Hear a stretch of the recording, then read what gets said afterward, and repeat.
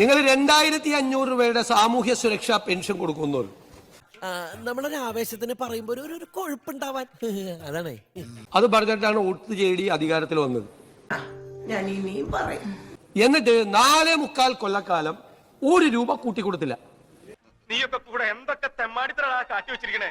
പഞ്ചായത്ത് ഇലക്ഷന്റെ തൊട്ട് മുമ്പ് ഒരു 400 രൂപ കൂട്ടി 2000 ആക്കി. പോണ പോക്കിനാ. കഷ്ടല്ലോ ഇതൊക്കെ. അങ്ങനെയാണോ പ്രകടന പത്രിക നടപ്പാക്കുന്നത്? അബദ്ധത്തിലല്ല, മനഃപൂർവ്വം. ഞങ്ങൾ ആദ്യത്തെ മാസത്തിൽ സ്ത്രീകളുടെ സൗജന്യ യാത്ര ഞങ്ങൾ നടപ്പിലാക്കി. ഒരു ബഹളമുണ്ടാക്കിയാലും ഞാൻ മാറില്ല. അപ്പൊ ഞാൻ വന്നിരിക്കുന്നത് ഒറ്റയ്ക്കല്ല, 101 പേര് കൂടി കൂടിയിട്ടാ. അപ്പൊ ഞാൻ ശരിക്കും പറയാനുള്ളത് പറഞ്ഞിട്ടേ പോളൂ. പിന്നെ എങ്ങനെയാ വർമ്മ സാറേ?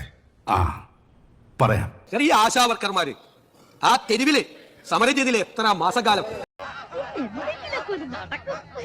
നിങ്ങൾ തലമുണ്ടനം ചെയ്തില്ലേ സ്ത്രീകൾ? നിങ്ങൾ അവരെ കളിയാക്കി, പരിഹസിച്ചു, പാട്ടപക്കിയെന്ന് പറഞ്ഞു, എന്തെല്ലാം മോശമായ വാക്കുകൾ ഉപയോഗിച്ചു. ഇങ്ങനൊന്നും ചെയ്യില്ല. 5-6 അബദ്ധമൊക്കെ എല്ലാവർക്കും പറ്റേ. ഞങ്ങൾ എന്താ ചെയ്തത്? ആദ്യത്തെ മന്ത്രിസഭാ യോഗത്തിൽ തന്നെ അവർക്ക് 3000 രൂപ കൂട്ടി കൊടുത്തു.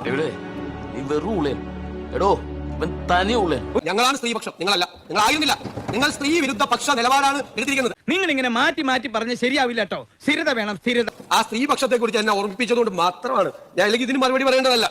പരമാസത്ത അവളെ അവളുടെ വഴിക്ക് വിടുന്നതാ നമ്മുടെ ആരോഗ്യത്തിന് നല്ലത്.